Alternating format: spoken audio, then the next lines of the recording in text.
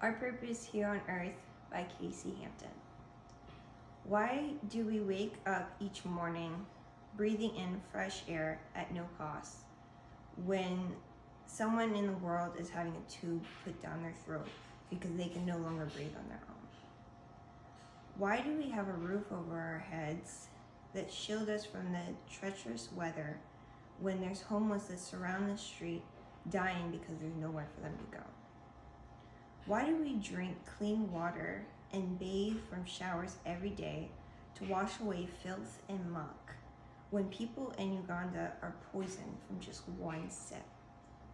Why do we eat from spoons, scooping food into our mouth, giving our bodies nutrition, when there's children that have never seen such a thing in their lives because they're lucky enough to share a single piece of bread with their siblings?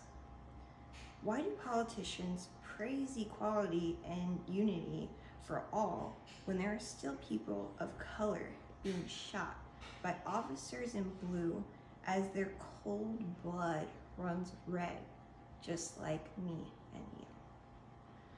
Why did my tumor shrink and blood disease start to drift away while 43 children are diagnosed with cancer every day, dying, not able to see another day?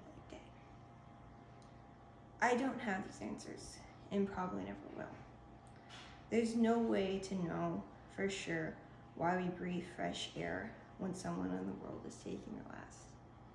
There's no way to know why we've been blessed with a house that keeps us safe while there's starving homeless dying from the cold and heat. There's no way to know why we drink purified liquid when toxins pollute other countries, making it impossible for them to feel refreshed. There's no way to know why we're able to feed ourselves with metal spoons when there are children that barely see one meal a day.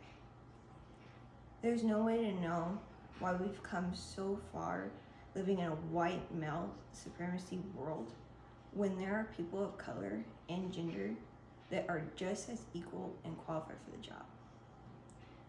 And there's no way to know why I had a miracle when there are children that pass away every day, leaving their parents and family in sorrow. But I don't think it's our job to know. Maybe it's not our right to even question it. Our right is to take action. Our right is to stop asking questions and standing by, but to stand up and be the person to make changes. Be the person to not take one breath for granted. Be the person to give shelter to the ones that have nowhere to go, even if it's just a warm meal to fill their empty stomachs. Be the person to conserve water and recycle, making the ocean less polluted than it already is, giving it a chance to be pure for the animals and people that live from it.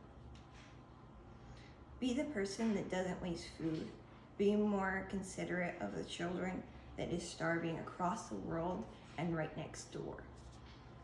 Be the person to pull the trigger, but instead of a gun, use your words. And instead of bullets, bullet it with love and revolution, taking your words, turning them into action for justice. Be the person that cures cancer, because no task is too small in this very short, unfair life. Don't wait for tomorrow to do something now, because we can only count on today. Don't just talk about something you know is not right, because it will just stay the same.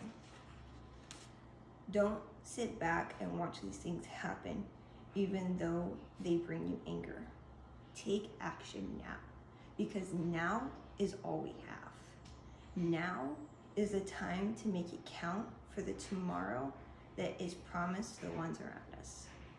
Our purpose here on earth may be unclear, but the thing that is clear to see, we're here for a short period of time. Make it count and leave your footprint behind for all to see. We won't live forever, but the differences that we make to each other, we will pass will be passed down from generation to generation forever. It only takes one person to make a change in the world. Let that person be you. Get out there and take action.